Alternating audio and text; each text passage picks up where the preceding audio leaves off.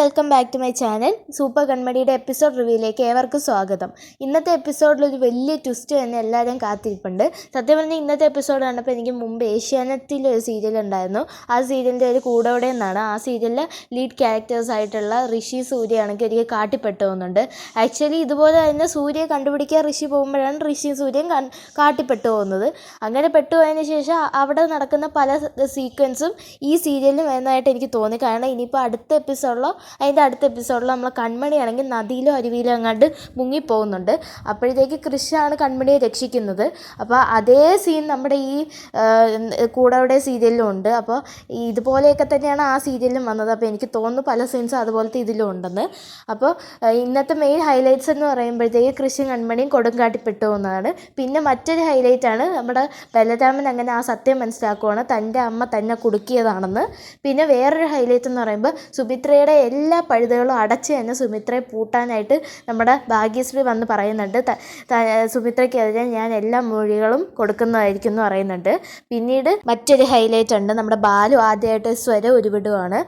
മോളെ എന്ന് ഭാഗ്യശ്രീ വിളിക്കുന്നുണ്ട്. അപ്പോൾ നമുക്ക് എപ്പിസോഡിലേക്ക് കിടക്കാം. അടുത്ത എപ്പിസോഡിലാണ് തന്നെ കാണിക്കുന്ന കൃഷ്ണൻ കൺമണിയാണ്. അങ്ങനെ കൃഷ്ണൻ കൺമണി ഓടുവാണ് ജീവനും കൊണ്ട്. ആ സമയത്താണെങ്കിൽ നമ്മുടെ ഈ തലവൻ കൊണ്ട് ഇന്നലെ നോക്കിക്കൊണ്ട് നിൽക്കുന്ന വെച്ചാണല്ലോ എപ്പിസോഡ് ചെയ്യുന്നത്. അപ്പോൾ ഈ തലവൻ കൊണ്ട് സത്യം പറഞ്ഞാൽ തോക്കെടുത്തോണ്ട് വരാനാണ് അങ്ങനെ നിന്നത്. അപ്പോൾ ഈ തലവൻകുട്ടിയാണെങ്കിൽ തോക്ക് ചൂണ്ടി ഇങ്ങനെ നിൽക്കുന്നുണ്ട്. ഇത് കാണുന്ന കൃഷ്ണൻ കൺമണിയാണെങ്കിൽ ഞെട്ടി നിൽക്കുന്നുണ്ട്. പിന്നീട് കാണിക്കുന്ന പോലീസുകാരെയാണ്. അങ്ങനെ പോലീസുകാർ കുറേ നേരത്തിന് ശേഷം അവസാനം ആ BR ഡിസൈൻസിൻ്റെ ഗോഡൗണിലേക്ക് എത്തുന്നുണ്ട്. എന്നിട്ടാണെങ്കിൽ അവിടെ ചെന്ന് നോക്കുമ്പോഴത്തേക്ക് കൺമണിയും കൃഷ്ണനും കാണില്ല. പക്ഷേ അവിടെ 3-4 മറ്റേ അസിസ്റ്റൻറ്റ് ഗുണ്ടകളെ കാണുന്നുണ്ടായിരിക്കും.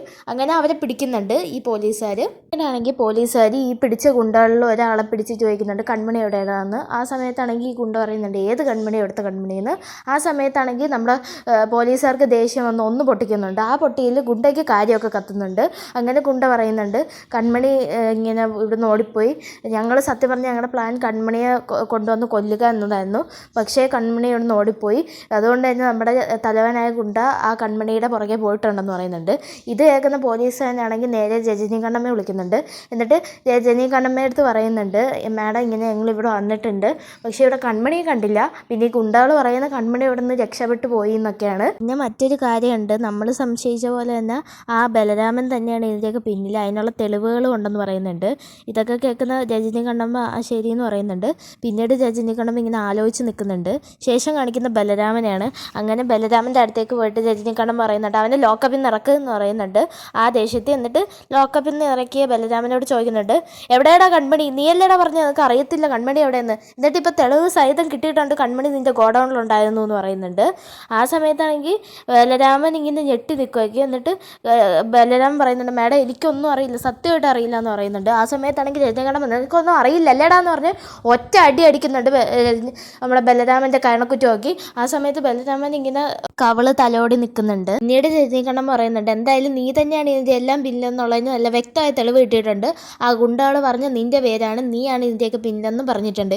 ഇത് കേൾക്കുന്ന ബലരാമനാണെങ്കിൽ ഒന്ന് ഞെട്ടി ഇങ്ങനെ ആലോചിക്കുക ഞാനാണെന്നോ, ഞാൻ ഇനി ഇതൊന്നും ചെയ്തില്ലല്ലോ, ഇത് അമ്മ ഇനി എന്നെ കൊടുക്കാൻ വേണ്ടി ചെയ്തതാണോ എന്നൊക്കെ ഇങ്ങനെ ബലരാമൻ മനസ്സിൽ വിചാരിക്കുന്നുണ്ട്. അങ്ങനെ ആദ്യമായിട്ട് ബലരാമൻ സ്വന്തം അമ്മ ഇങ്ങനെയാണെന്ന് ഉള്ള കാര്യം മനസ്സിലാക്കുവാണ്. തുടർന്ന് കാണിക്കുന്ന നമ്മുടെ എവർഗ്രീൻ ഫോറസ്റ്റ് ആണ്. അവിടെ ഇപ്പോഴും തോക്കും ചൂണ്ടി നമ്മുടെ മെയിൻ ഗുണ്ട നിൽപ്പുണ്ട്. ഇയാൾ എന്തായാലും നല്ല വിൽ പവർ ഉള്ള ഒരാളാണെന്ന് ഇതിന്ന് തന്നെ മനസ്സിലാക്കാം. കാരണം ഇത്രയും അടിയും കിട്ടിയിട്ട് ഇപ്പോഴും കൈയും കഴിക്കാതെ ഈ തോക്കും പിടിച്ച് നിൽക്കുന്നുണ്ടല്ലോ, സമ്മതിക്കണം. പിന്നീട് ആണെങ്കിൽ അവിടെ കൺമണിയും കൃഷി ആണെങ്കിൽ ഇങ്ങനെ പേടിച്ച് നിൽക്കുന്നുണ്ട്. ആ സമയത്താണെങ്കിൽ ഈ ഗുണ്ട കൺമണിയുടെ കൃഷ്ണൻ്റെ അടുത്തേക്ക് വന്നിട്ട് കൃഷ്ണനെ അങ്ങോട്ട് പിടിച്ച് വലിക്കുന്നുണ്ട്. എന്നിട്ട് കൃഷ്ണൻ്റെ തലച്ചോറിൻ്റെ നേരെ തോക്ക് ഇങ്ങനെ ചൂണ്ടുന്നുണ്ട്. എന്നിട്ട് ഗുണ്ടയാണെങ്കിൽ മാസ് ഡയലോഗ് പറയാണ് ഇവനല്ലേടി നിൻ്റെ രക്ഷകൻ, ഇനി ഇവനെ ഞാൻ അങ്ങ് കൊല്ലുക, അപ്പോൾ പിന്നെ നിന്നെ ആര് രക്ഷിക്കോടി എന്നൊക്കെ ഇങ്ങനെ പറയുന്നുണ്ട്.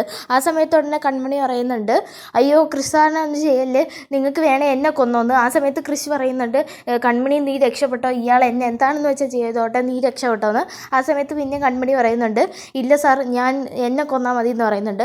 ആ സമയത്ത് ഉടനെ ഈ ഗുണ്ട കളയാക്കുന്നുണ്ട് നിങ്ങളെന്താ ഇവിടെ റൊമാൻസ് കാണിക്കുവാണോ എന്ന് ചോദിക്കുന്നുണ്ട്. പിന്നീടാണെങ്കിൽ കൺമണി ഇനി എന്താണെന്ന് വെച്ചാൽ ആവട്ടെ ഞാൻ അങ്ങ് പോയേക്കാം എന്നുള്ള രീതിയിൽ ഗുണ്ടയുടെ അടുത്തേക്ക് പോകുന്നുണ്ട്. ആ സമയത്താണെങ്കിൽ ഗുണ്ട കൃഷിൻ്റെ കയ്യിൽ നിന്ന് ഉടനെ കൈയെടുത്ത് കൺമണിയിലേക്ക് ഇങ്ങനെ വയ്ക്കുന്ന സമയം കൊണ്ട് കൃഷാണെങ്കിൽ ഗുണ്ടയെ പിടിച്ചങ്ങ് തള്ളുന്നുണ്ട്. എന്നിട്ട് ഗുണ്ടയുടെ കയ്യിൽ നിന്ന് ആ തോക്കൊക്കെ തെറിച്ച് എങ്ങോട്ടൊക്കെ പോകണുണ്ട്. അതിന് ശേഷം ഗുണ്ടയെ കഴുത്തിന് പിടിച്ച് ഞെക്കി കുത്തി നിൽക്കുന്നുണ്ട് കൃഷ അവിടെ. ആ സമയത്താണെങ്കിൽ കൺമണിയാണെങ്കിൽ ഇങ്ങനെ ഞെട്ടി പേടിച്ച് നിൽക്കുമായിരിക്കും. പിന്നീടാണെങ്കിൽ കൺമണി ഇങ്ങനെ താഴോട്ടൊക്കെ നോക്കുന്നുണ്ട് ആ തോക്ക്, പക്ഷെ കാണുന്നില്ല. പിന്നീട് കൺമണി എന്ത് ചെയ്യുമെന്ന് വെച്ചാൽ അവിടെ കിടക്കുന്ന ഒരു വിറകും കഷ്ണം എടുത്തുകൊണ്ട് ഓടിച്ചെന്ന് ആ ഗുണ്ടയുടെ തലയ്ക്ക് പുറകിൽ നിന്ന് ഒരു അടി കൊടുക്കും. ആ സമയത്ത് ഗുണ്ട കിറുങ്ങി അവിടെ നിൽക്കും. ആ സമയം കൊണ്ട് കൺമണിയെ പിടിച്ചുകൊണ്ട് കൃഷി ഓടുന്നുണ്ട്. പക്ഷെ പിന്നീട് കൃഷി റിവേഴ്സ് ഗിയർ ഇട്ട് വന്നിട്ടാണെങ്കിൽ ആ തോക്ക് നോക്കുന്നുണ്ട്. അങ്ങനെ തോക്ക് കിട്ടുന്നുണ്ട്. ശേഷം കൃഷി ആണെങ്കിൽ ഈ തോക്ക് എന്ത് ചെയ്യും എന്ന് പറഞ്ഞ് ആലോചിച്ച് നിൽക്കുന്നുണ്ട്. ശേഷം കൃഷി ആണെങ്കിൽ ഇങ്ങനെ എങ്ങോട്ടൊന്നും ഇല്ലാതെ എറിയുന്നുണ്ട് ആ തോക്ക്.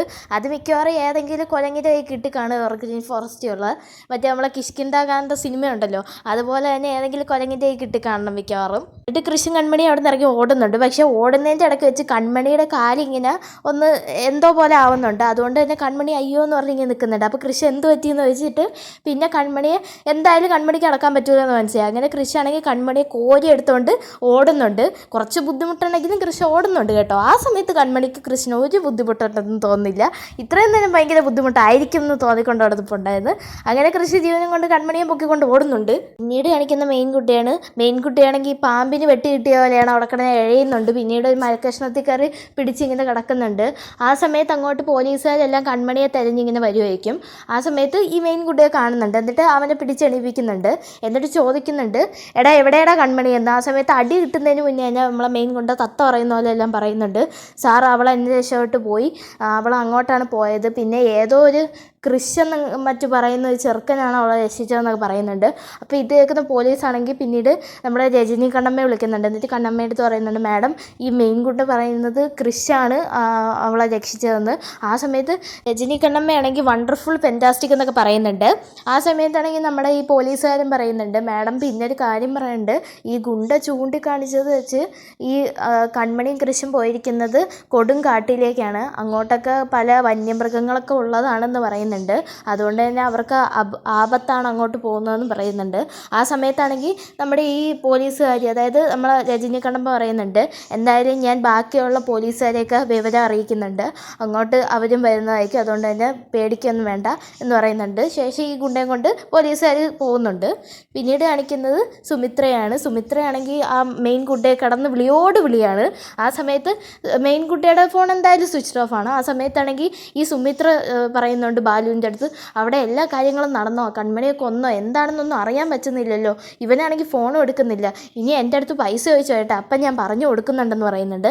ആ സമയത്താണെങ്കിൽ അങ്ങോട്ട് ഭാഗ്യശ്രീ വരുന്നുണ്ട്. ആ സമയത്ത് ഭാഗ്യശ്രീ മാസ ഡയലോഗൊക്കെ അടിച്ചാണ് വരുന്നത്, മേഡം ഒരു ഉദ്ദേശം നടക്കില്ല, ആ കൺമണിയെ തട്ടിക്കൊണ്ടുപോയ ആ ഗുണ്ടകളെല്ലാം ഇപ്പോൾ പോലീസ് കസ്റ്റഡിയിലാണ്, അവൾ രക്ഷപ്പെടാൻ ചെയ്തു എന്നൊക്കെ പറയുന്നുണ്ട്.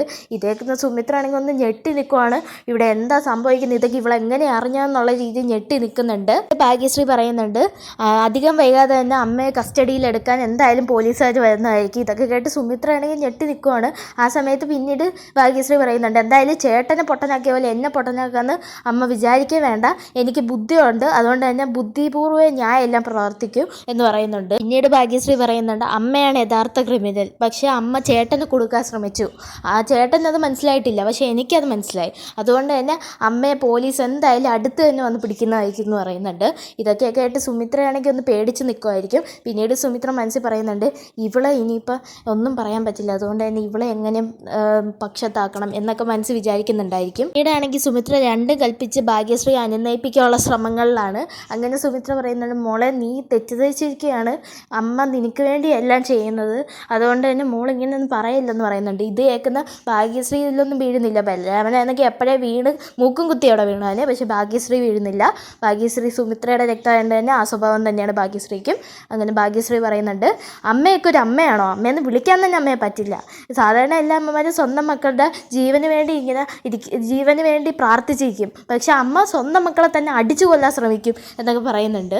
വിജിയുടെ ഭാഗ്യശ്രീ പറയുന്നുണ്ട്, പിന്നെ ഞാൻ ഒരു കാര്യം പറയാം, ഈ ഇടയ്ക്കിടയ്ക്ക് പറയുമല്ലോ എനിക്ക് വേണ്ടിയാണ് എല്ലാം ചെയ്യുന്നത്, എനിക്ക് വേണ്ടിയാണ് എല്ലാം ചെയ്യുന്നത്, എനിക്ക് ആരുടെ രക്തം കലർന്ന സ്വത്തൊന്നും വേണ്ട, എനിക്കുള്ള സ്വത്തുക്കളെല്ലാം ഞാൻ തന്നെ സ്വന്തമായിട്ട് അധ്വാനിച്ചുണ്ടാക്കിയോളാം, അല്ലാതെ കണ്ടവരെ അടിച്ചും കൊന്നുള്ള സ്വത്തുക്കളൊന്നും എനിക്ക് വേണ്ടെന്ന് പറയുന്നുണ്ട്. പിന്നെ ഞാൻ ഒരു തീരുമാനം എടുത്തിട്ടുണ്ട്, എന്തായാലും ഇനി ഞാൻ ഈ വീട്ടിൽ നിൽക്കില്ല, ഞാനും നിങ്ങളും തമ്മിൽ ഇനി ഒരു ബന്ധവും കാണത്തില്ല എന്ന് പറയുന്നുണ്ട്. അങ്ങനെ ഭാഗ്യശ്രീ പിണങ്ങി ഇറങ്ങുന്ന സമയത്ത് ഉടനെ സുമിത്ര കൈ കയറി പിടിച്ചിട്ട് പറയുന്നുണ്ട്, മോളെ നീ പോവല്ലോ എന്നൊക്കെ പറയുന്നുണ്ട്. ആ സമയത്ത് ഉടനെ സുമിത്രയുടെ കൈ പിടിച്ച് മാറ്റിയിട്ട് നമ്മുടെ ഭാഗ്യശ്രീ പറയുന്നുണ്ട്, ഞാൻ പോകും എന്ന് പറയുന്നുണ്ട്. പിന്നീടാണെങ്കിൽ ലാലി പറയുന്നുണ്ട്, മോളെ നീ പോവല്ല്. ആ സമയത്ത് ഭാഗ്യശ്രീ പറയുന്നുണ്ട്, ലാലി ആൻറ്റി എന്ത് കണ്ടിട്ടാണ് ഈ അമ്മയുടെ കൂടെ നടക്കുന്നത്, സ്വന്തം മകളെ പോലും തലയ്ക്കടിക്കാൻ മടിയില്ലാത്ത ഒരാളാണ് എൻ്റെ അമ്മ. ആ സമയത്ത് ലാലി ആൻറ്റി ഓർക്കണം, ലാലി ആൻറ്റി ഈ അമ്മയുടെ മനസാക്ഷി സൂക്ഷിപ്പുകാരിയും പിന്നെ അമ്മയുടെ എല്ലാ തെറ്റുകൾക്കും കൂടെ നിൽക്കുന്ന ഒരാളുമാണ്. അതുകൊണ്ട് തന്നെ ലാലി ആൻറ്റിയെ വേണേൽ തട്ടിക്കളയാൻ പോലും എൻ്റെ അമ്മ മടിക്കില്ല, അതുകൊണ്ട് തന്നെ സൂക്ഷിച്ചാൽ ദുഃഖിക്കണ്ട എന്ന് പറയുന്നുണ്ട്. ആ സമയത്താണെങ്കിൽ ഉടനെ നമ്മളെ അച്ഛനുണ്ടല്ലോ, ഈ ഭാഗ്യശ്രീയുടെ അച്ഛനാണെങ്കിൽ മുഖത്തൊക്കെ ഭയങ്കര എക്സ്പ്രഷൻ ഇട്ടിട്ട് മോളെ ഒരു വിളി വിളിക്കുന്നുണ്ട്. ആ വിളിയിൽ എല്ലാവരും അങ്ങ് അലിഞ്ഞു പോവുകയാണ്. പക്ഷേ സുമിത്ര കറക്റ്റ് ഈ ഘട്ടം അങ്ങോട്ട് മുതലെടുക്കാൻ ശ്രമിക്കുന്നുണ്ട്.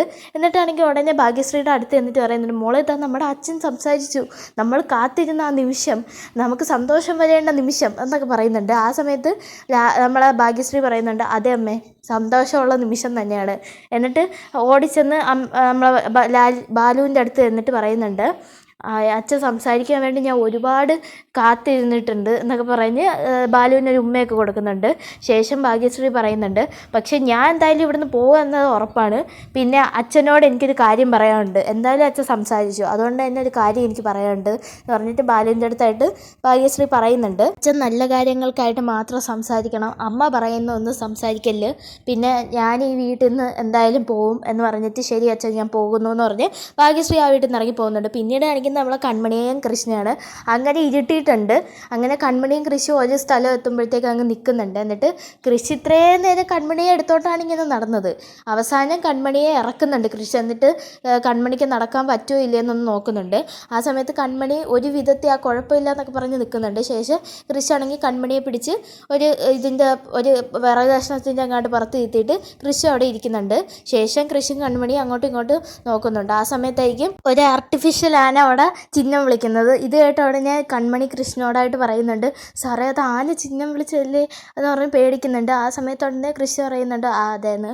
അപ്പോഴത്തേക്ക് ഉടനെ കൺമണി പറയുന്നുണ്ട്, അയ്യോ എനിക്ക് പേടിയാവുന്നു സാറേ, എനിക്ക് പേടിയാവുന്നു എന്ന് പറഞ്ഞ് കരയാൻ പോവുക കൺമണി. അത് കാണുന്ന കൃഷി പറയുന്നുണ്ട്, കൺമണി ഇപ്പം നമ്മൾ പേടിച്ചിട്ട് കാര്യമില്ല, ഇപ്പം നീ പേടിച്ചെന്ന് പറഞ്ഞിട്ടൊന്നും ആന നമ്മളെ ആക്രമിക്കാതെ ഇരിക്കില്ല, ആന എന്തായാലും നമ്മളെ ആക്രമിക്കും, അതുകൊണ്ട് തന്നെ പേടിച്ചിട്ട് കാര്യമില്ല, നമ്മളിപ്പോൾ നല്ല നെഞ്ചുറപ്പാണ് ഇവിടെ കാണിക്കേണ്ടതെന്നൊക്കെ കൃഷി പറയുന്നുണ്ട്. ഇത് കേൾക്കുന്ന കൺമണിയൊന്നും ഉണ്ടായിരിക്കുന്നുണ്ട്. പിന്നീട് കൺമണി പറയുന്നുണ്ട്, സാറേ എനിക്ക് ദാഹിക്കുന്ന വെള്ളം വേണമെന്ന്. ആ സമയത്ത് കൃഷി പറയുന്നുണ്ട്, എനിക്ക് സത്യം പറഞ്ഞാൽ വെള്ളം വേണം, പക്ഷേ ഒരു അരുവിയോ നദിയോ എല്ലാം കണ്ടാലല്ലേ വെള്ളം എടുക്കാൻ പറ്റത്തുള്ളൂ എന്ന് പറയുന്നുണ്ട്. പിന്നീട് കൃഷി പറയുന്നുണ്ട്, എന്തായാലും നമുക്ക് തിരയാൻ വല്ല അരുവിയോ എല്ലാം കാണാൻ പറ്റുമെന്ന്. എന്നിട്ട് കൺമണിയാണെങ്കിൽ പതുക്കെ എണീപ്പിച്ചിട്ട് കൺമണിക്ക് നടക്കാൻ ബുദ്ധിമുട്ടുള്ളതുകൊണ്ട് തന്നെ കൃഷി ചേർത്ത് പിടിച്ച് കൺമണി കൈ ഫോണിൻ്റെ ലൈറ്റും പിടിച്ചുകൊണ്ട് ഇങ്ങനെ നടക്കുന്നുണ്ട്. ശേഷം കാണിക്കുന്നത് സാഗറിനെയാണ്. സാഗറാണെങ്കിൽ കൃഷ്ണ വിളിയോട് വിളിയാണ്, പക്ഷേ കൃഷ്ണ കിട്ടുന്നില്ല. ഇവ ഔട്ട് ഓഫ് കവറേജ് ഏരിയ ആണല്ലോ, എന്താ പറ്റിയെന്ന് അറിയത്തില്ലല്ലോ എന്നൊക്കെ പറയുന്നുണ്ട്. സുജയ അടുത്തപ്പോൾ സുജയ വയ്ക്കുന്നുണ്ട്, അല്ല കൃഷി എവിടെ പോയെന്ന്. ആ സമയത്ത് സാഗർ പറയുന്നുണ്ട്, അവൻ കൺമണിയെ കണ്ടുപിടിക്കാന്നൊക്കെ പറഞ്ഞ് പോകുന്നുണ്ട്, പിന്നീട് അവൻ വിളിച്ചിട്ട് പോലും ഇല്ല എന്നൊക്കെ പറയുന്നുണ്ട്. ആ സമയത്ത് അങ്ങോട്ട് മഹി വരുന്നുണ്ട്. എന്നിട്ട് മഹി പറയുന്നുണ്ട്, കൃഷി കൺമണിയെ കണ്ടെത്തി, ആ ബിആർ ഗ്രൂപ്പിൻ്റെ ഗോഡൗണിൽ തന്നെയായിരുന്നു കൺമണി, അതൊരു വനമേഖലയിലാണെന്നൊക്കെ പറയുന്നുണ്ട്. ആ സമയത്ത് തന്നെ നമ്മുടെ സാഗറിന് സുജയ്ക്ക് സന്തോഷമാവുന്നു. എന്നിട്ട് കൃഷി എവിടെയെന്ന് ചോദിക്കുന്നുണ്ട്. ആ സമയത്താണെങ്കിൽ ഉടനെ മഹി പറയുന്നുണ്ട്, സന്തോഷിക്കാൻ പറ്റില്ല, കാരണം എന്താ വെച്ചാൽ കൃഷി കൺമണിയെ രക്ഷപ്പെടുത്തിയതിന് ശേഷം ആ വനമേഖലയിലേക്ക് ഓടി കയറുമായിരുന്നു, അതുകൊണ്ട് തന്നെ ഇപ്പോൾ കൃഷിനെ കൺമണിയെ കാണാനില്ലെന്ന് പറയുന്നുണ്ട്. ഇത് കേൾക്കുന്ന സുജയ്ക്ക് സാഗറിനും ആണെങ്കിൽ അങ്ങ് വിഷമമാണ്. എന്നിട്ട് സുജയാണെങ്കിൽ കരയുന്ന ഒക്കെ ഉണ്ട്, അയ്യോ എൻ്റെ മോൻ അവരെവിടെയാന്നൊക്കെ പറയുന്നുണ്ട്. സമയത്താണെങ്കിൽ സാഗർ വയ്ക്കുന്നുണ്ട് മഹിയെ അടുത്ത്, എടാ മഹി നീ എന്തൊക്കെയാണ് പറയുന്നത്, അപ്പോൾ കൃഷി കൺമണി എവിടെയാ? ആ സമയത്ത് ആണെങ്കിൽ മഹി പറയുന്നുണ്ട്, അതെ അവർ രണ്ടുപേരും ഇപ്പോൾ കാട്ടില്ല, അവരെ കാണാനില്ല, അതുകൊണ്ട് തന്നെ പോലീസ് ബന്ധപ്പെട്ട ആൾക്കാരൊക്കെ ഇറങ്ങിയിട്ടുണ്ടെന്ന് പറയുന്നുണ്ട് അവരെ കണ്ടുപിടിക്കാൻ. ആ സമയത്താണെങ്കിൽ ആൻറ്റിയമ്മ ഉടനെ ചോദിക്കുന്നുണ്ട്, അല്ല കൃഷി കൺമണി ഒരുമിച്ചാണോ അവിടെ എന്ന്. ആൻറ്റിയമ്മ പറയുന്ന ഇടത്തൊന്നും കൃഷി കൺമണി അവിടെ ടൂറിന് പോയത് 5-6 കൂട്ടുകാരുടെ കൂടെ എന്ന് തോന്നും. എന്തൊക്കെ അവർക്ക് പറ്റിയാലും കൃഷി കൺമണി ഒരുമിച്ചാണോ എന്ന് മാത്രം മാത്രം ആൻറ്റിയമ്മയ്ക്ക് അറിഞ്ഞാൽ മതി. അങ്ങനെ കൃഷിയും കൺമണിയും കാട്ടിയകപ്പെട്ട ഒരു തുള്ളി വെള്ളം പോലും കിട്ടാതെ അവിടെ നിൽക്കുന്ന സമയത്താണ് ഇവിടെ ആൻറ്റിയമ്മ മറ്റൊരർത്ഥം കണ്ടുപിടിച്ച് ആലോചിച്ച് നിൽക്കുന്നത്. ഇത് വെച്ചാണ് എപ്പിസോഡ് ചെയ്യുന്നത്. അപ്പോൾ വീഡിയോ ഇഷ്ടപ്പെട്ടാൽ ലൈക്ക് ചെയ്യുക, ഷെയർ ചെയ്യുക, സബ്സ്ക്രൈബ് ചെയ്യുക. Thank you.